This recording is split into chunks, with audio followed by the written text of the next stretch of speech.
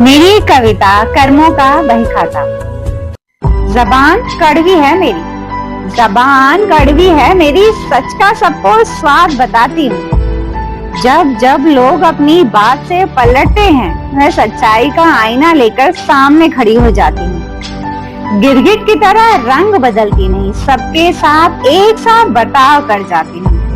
और जब जब दानवीय प्रवृत्तियों से घिर जाती हूँ, तब तब इंसानियत का ढोल बजाती हूँ। और अगर फिर भी मैं लोगों को बुरी लगूं ना, तो विधाता उनके कर्मों का हिसाब भी बुरा बनकर ही लगाएंगे। वो मुंशी, वो लाला, जब उसके कर्मों का वही खाता उठाएंगे।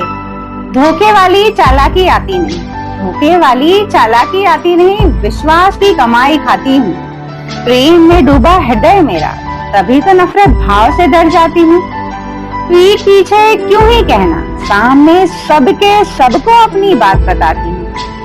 दुखों का अपने तमाशा लगाते नहीं बनता, अपनी शक्ति आप ही आजमाती हूँ। खुशामद करना भाता नहीं, सब पर अपने स्वाभिमान की लाठी चलाती हूँ। और अगर फिर भी मैं लोगों को गलत लगूं ना, तो विधाता उनके कर्मों का हिसाब भी बुरा बनकर ही लगाएंगे। वो मुंशी, वो लाला, जब उसके कर्मों का बहीखाता उठाएंगे।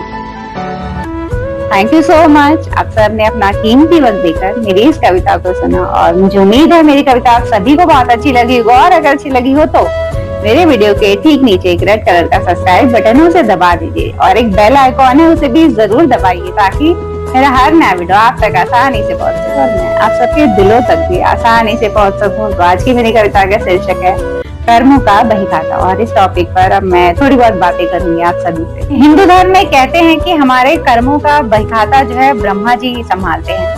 पर मैं कहूंगी आप लोगों से कि कभी वक्त मिले, कभी फुर्सत मिले, तो अपने कर्मों का बहीखाता मानसिक रूप से खुद खोल कर देखिए, खुद सोचिए कि जन्म से लेके अब तक आपने कितने ऐसे कर्म करे हैं जिसकी वजह से आप पाप के भागीदार बनेंगे। सोच कर देखिए, एक एक करके इतने सारे पाप आपकी आंखों के सामने आने लगेंगे कि आप सोचेंगे कि मैंने इतने सारे पाप कर्म कर दिए। लेकिन अगर आप सचेत होकर उस बारे में सोचेंगे, तब बात यह है कि हम सोचते ही नहीं कि हम कर क्या रहे हैं, हमारे कर्म क्यों बिगड़ते हैं। एक सबसे बड़ी वजह जो मुझे नजर आती है वो ये है कि आज औरतें जो है घर छोड़कर निकल चुकी हैं। आज औरतें जो है कि घर में नहीं रह रही हैं, और जिसकी वजह से सबकी सेहत पर असर पड़ रहा है, जिसकी वजह से बच्चों की परवरिश में असर पड़ रहा है, जिसकी वजह से जो है कि समाज जो है बदल रहा है। हम सबको दिखाई नहीं पड़ रहा होगा, लेकिन धीरे धीरे देखिए चीजें, जब घर से औरतें बाहर निकलने लगेंगी तो जो है बच्चे की परवरिश जो है कि बहुत अच्छी नहीं हो पाएगी। आप 24 घंटे हर बच्चे को जरूरत होती है कि उसके पेरेंट्स उस पर नजर रखे, वो क्या कर रहा है, कब क्या सोच रहा है। तब देखिए हमें उसे सिखाना होता है कि लाइफ में जब प्रॉब्लम आए तब आपको कैसे उसको हैंडल करना है। और वो तब पॉसिबल होगा जब आप उसके लिए हमेशा अवेलेबल होंगे, जब आप एटलीस्ट माँ नहीं तो पिता रहे, पिता नहीं तो माँ रहे। मैं हमेशा इसके खिलाफ रहती हूँ कि औरतों को कमाने जाना चाहिए तब जब बहुत जरूरत हो। हाँ, लेकिन वो इस लायक जरूर है, इतनी समर्थ रहे वो कि जब भी ऐसी जरूरत आन पड़े वो बाहर निकलकर कमा सके। और देखिए जब बच्चा पैदा हो जाता है तब तो मैं बिल्कुल नहीं कहूंगी, क्योंकि बच्चे को बहुत ज्यादा अटेंशन की जरूरत होती है, बहुत ज्यादा ख्याल की जरूरत होती है। एक कोरा कागज है, एक कच्ची मिट्टी है, और उसको शेप देना है। उस कोरे कागज पर बहुत कुछ आपको समझाना है उसे, धर्म क्या है, कर्म क्या है, क्यों अपने बुरे कर्मों से हमें डरना चाहिए। आज देखिए हम बुरे कर्म करने से पहले सोच तक नहीं रहे हैं कि मैं कोई बुरा कर्म कर रहा हूँ। बस हमें जरा सा फायदा अपना नजर आ रहा है तो हम वो बुरा काम बहुत आसानी से करने जा रहे हैं। अब देखिए जैसे आप सब्जी खरीदने जा रहे हैं तो कुछ सब्जियों में कलर मिलाए जा रहे हैं, और रेड एप्पल जो है कि बहुत ज्यादा कलर करके रेड कर दिया जा रहा है, ककड़ी को बहुत ज्यादा हरा कलर मिलाकर हरा कर दिया जा रहा है। तो सब्जी भाजी की बात है ये। और वहां पे भी देखिए जब ये काम लोग कर रहे हैं तब उन्हें ये पता नहीं चलता कि वो क्या कर्म कर रहे हैं और उसका क्या फल मिलने वाला है हमें। बस उन्हें थोड़े दूर की सोच के कि ये बेच लूंगा, लोगों को ये दिखने में कलर वाइज अच्छी लगेगी तो लोग खरीदेंगे, मेरा प्रॉफिट होगा, बस इतनी सी सोच। उसके आगे अगर वो सोचे तो पता चले यार मैंने गलत किया, मैंने गलत चीज दी तो उसका फल भी मुझे बुरा मिलना है। जितने भी मार्केट में स्नैक्स बिक रहे हैं, कि नमकीन है, बिस्किट है, चिप्स है और चॉकलेट है, तो कितनी प्रिजर्वेटिव चीजें जो है मार्केट में बिक रही हैं। और वो बेचने वाले लोग, मैं हम कभी कभी सोचती हूँ कि वो बेचने वाले लोग कभी ये बैठकर नहीं सोचते कि वो क्या खिलाना चाह रहे हैं हमारे अपने देश के लोगों को। कभी बैठकर वो बिजनेसमैन लोगों ने ये सोचा नहीं होगा कि वो अपने देश के बच्चों को, अपने देश के लोगों को क्या कचरा खिला रहे हैं, क्या बना रहे हैं वो उन्होंने बना दिया, और हम बेवकूफों की तरह वो चीज खरीद भी रहे हैं, खा भी रहे हैं। और ज्यादातर आप सभी को अब तो अवेयरनेस हो चुकी है, सभी को पता है कि पाम ऑयल, शुगर और मैदा, इन सब चीजों से मिलकर ही ज्यादातर स्नैक्स बन रहे हैं। फिर भी हम उस चीज को खा रहे हैं, तो सोचिए बेवकूफी तो हमारी भी है। हमारी इंद्रियों पर, हमारे जी पर हमारा कोई कंट्रोल ही नहीं है। हिंदू धर्म में ना, देखिए मैंने कहीं तो ये सुना था कि मुख में हो राम नाम, राम सेवा हाथ में, तू अकेला नहीं प्यारे, राम जी तेरे साथ में। हाँ, मैं हर बात को आध्यात्म से जोड़ती हूँ। हो सकता है कुछ लोगों को ये लगे कि मैं हर बात को आध्यात्म से कनेक्ट करती हूँ, क्योंकि यकीन मानिए हम सबकी आखिरी मंजिल और आखिरी ज्ञान जो हमें प्राप्त करना है, लेना है, वो आध्यात्म ही है।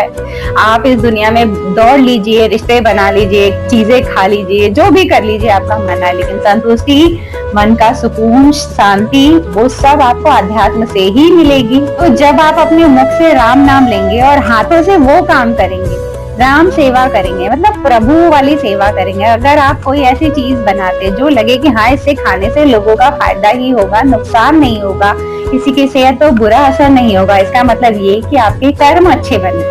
और आपके कर्म अच्छे बने तो ऑब्वियसली फल भी अच्छा मिलेगा ना, क्योंकि जो प्रोडक्ट, जो चीजें बिजनेसमैन, बड़े बड़े लोग जो बनाते हैं, वो एक बार सोचे तो सही कि क्या बना रहे हैं, कितनों की सेहत दांव पे लग जाएगी इस प्रोडक्ट, इसको खाने से। तो ये सोचना चाहिए। मुझे तो ऐसे लगता है कि हमें डर ही खत्म हो चुका है। छोटे से लेके, गरीब से लेके अमीर, जो भी कोई चीज बेचना चाह रहा है उसमें बेईमानी दिखाई दे रही है, सिर्फ थोड़े से प्रॉफिट के लिए। गरीब आदमी थोड़े से प्रॉफिट के लिए सब्जियों में कलर मिला दे रहा है, और अमीर आदमी बड़े प्रॉफिट के लिए अजीबो गरीब चीजें बना दे रहा है, जिसमें वो अनहेल्दी सारी चीजें भर के वो स्नैक्स के नाम पर बेच रहा है, और हम बेवकूफों की तरह उस चीज को खरीद भी रहे हैं और खा भी रहे। और मुझे तो ऐसे लगता है कि मैं इन लोगों से मिलूं और इन लोगों से पूछूं कि मुझे बताइए कि इस चीज को बनाकर आपने जो इतने सारे पैसे कमाए, उससे आपको मानसिक संतुष्टि मिली, मानसिक खुशी मिली कि आपने बहुत अच्छी चीज बनाई और बहुत लोगों ने खाई। कहीं न कहीं अंदर ये बात आएगी कि यार ये प्रोडक्ट खाकर लोगों की हेल्थ खराब हुई है, जिसका कहीं न कहीं जिम्मेदार मैं भी हूँ। आप 2 पैकेट जो है कि चिप्स के खा लीजिए, 3 पैकेट, आप उल्टी ना कर दे तो कहना। आप 3 पैकेट या 2 पैकेट चिप्स खा लेते हैं ना, तो आपको वोमिटिंग फील होने लगी। क्यों? क्योंकि उसमें बहुत सारे प्रिजर्वेटिव हैं। तो ये चीज बना रहे हैं हमारे ही देश के लोग, अपने ही देश के बच्चों को खिलाने के लिए। सोचिए कहाँ बिगड़ रहे हैं हमारे कर्म, कितने बिगड़ रहे हैं हमारे कर्म। सोचने की जरूरत है हमें, और रुकने की भी जरूरत है। अगर आप बनाने बैठे हो कोई ऐसा प्रोडक्ट जो मार्केट में बहुत ज्यादा चले, लोग खाए, तो कुछ हेल्दी बनाइए, कुछ ऐसा बनाइए कि एटलीस्ट भगवान ऊपर जाने के बाद आपको भगवान को ये जवाब ना देना हो कि ये तुमने क्यों बनाया, जिसे खाकर लोगों की सेहत को नुकसान हुआ। बीच के जीवन और मरण के जो है टाइम पीरियड में हम पता नहीं कितने सारे पाप कर ले जा रहे हैं, और सिर्फ इस वजह से कि हमें पैसे कमाना, हमें अमीर बनना, हमें लग्जरी लाइफ जीनी है, ब्रांडेड कपड़े, ब्रांडेड जो है कि चीजें रखनी है अपने पास। बस इसी में हम खत्म हो जा रहे हैं, यही करते करते हम खत्म हो जा रहे हैं कि। और मुझे लगता है कभी तो सोचो यार बैठ के कि हमारे जीने का कुछ तो उद्देश्य होगा। क्या ये पैसा कमाना ही हमारा मकसद है? कुछ तो मतलब होगा। कभी सोचिए और कमेंट करके बताइए जो भी मकसद पर आप पहुंचते हैं कि हाँ ये जीवन का उद्देश्य है। इस टॉपिक पर फिर कभी और मैं बातें करूंगी। वीडियो मेरी बहुत लंबी होती जा रही है, इसलिए चलती हूँ। एक और नए वीडियो में आप सबसे मेरी मुलाकात रहेगी, तब तक उसकी बात पर गौर फरमाते रहिएगा। कोई बुरा कर्म नहीं बनेगा। किसकी? क्योंकि यहाँ परमेश्वर विराजमान होते हैं और वो कभी हमें गलत राह नहीं दिखाएंगे।